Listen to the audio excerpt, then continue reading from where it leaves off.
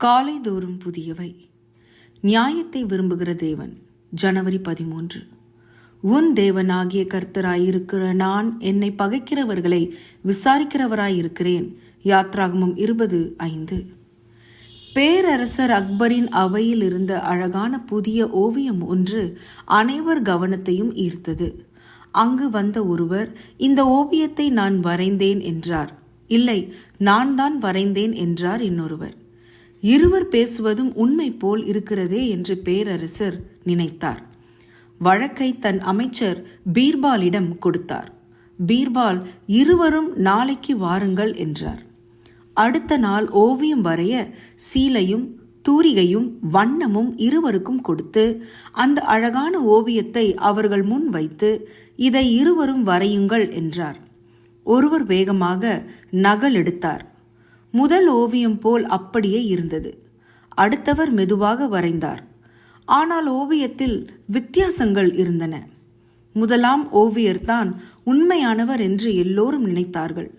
பீர்பாலோ, மகாராஜா, இரண்டாவது ஓவியர்தான் உண்மையானவர். அவர் ஓவியத்தில் படைப்பாற்றல் தெரிகிறது. முதலாம் நபர் நகல் எடுப்பதில் சிறந்தவர் என்றார்.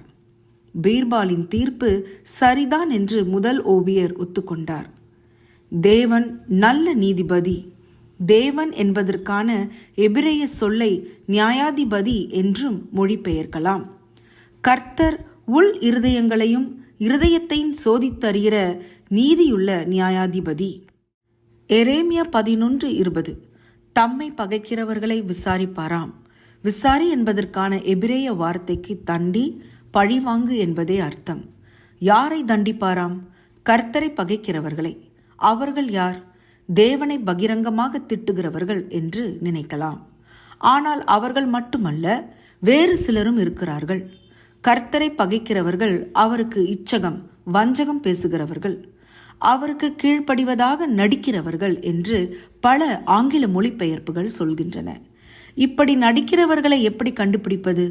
தேவன் சொல்கிறார், தேவனிடத்தில் அன்பு கூறுகிறேன் என்று ஒருவன் சொல்லியும் தன் சகோதரனை பகைத்தால் அவன் பொய்யன். 1 யோவான் 4:20. நான் பிரசங்கம் பண்ணினாலும் மற்றவர்களை பகைக்கிறவனாக இருந்தால் நான் தேவனை பகைக்கிறேன். தேவன் தமது அன்பால் என்னை நிரப்பினால்தான் நான் தப்ப முடியும். பிரச்சனை எதுவாக இருந்தாலும் அவரிடம் விட்டுவிடுங்கள். தேவ அன்பை பிறருக்கு காட்டுகிற வாய்ப்பை வீணாக்கி விடாதீர்கள். உங்களை மற்றவர்கள் எவ்வளவு வேதனைப்படுத்தினாலும் என்னிடம் விட்டுவிடு, நான் பார்த்து கொள்கிறேன் என்று தேவன் கூறுகிறார். ஜெபம். சர்வலோக நியாயாதிபதியே, எங்களை விரோதிக்கிறவர்களிடமும் நாங்கள் அன்பாக இருக்க உதவி செய்யும். ஆமேன்.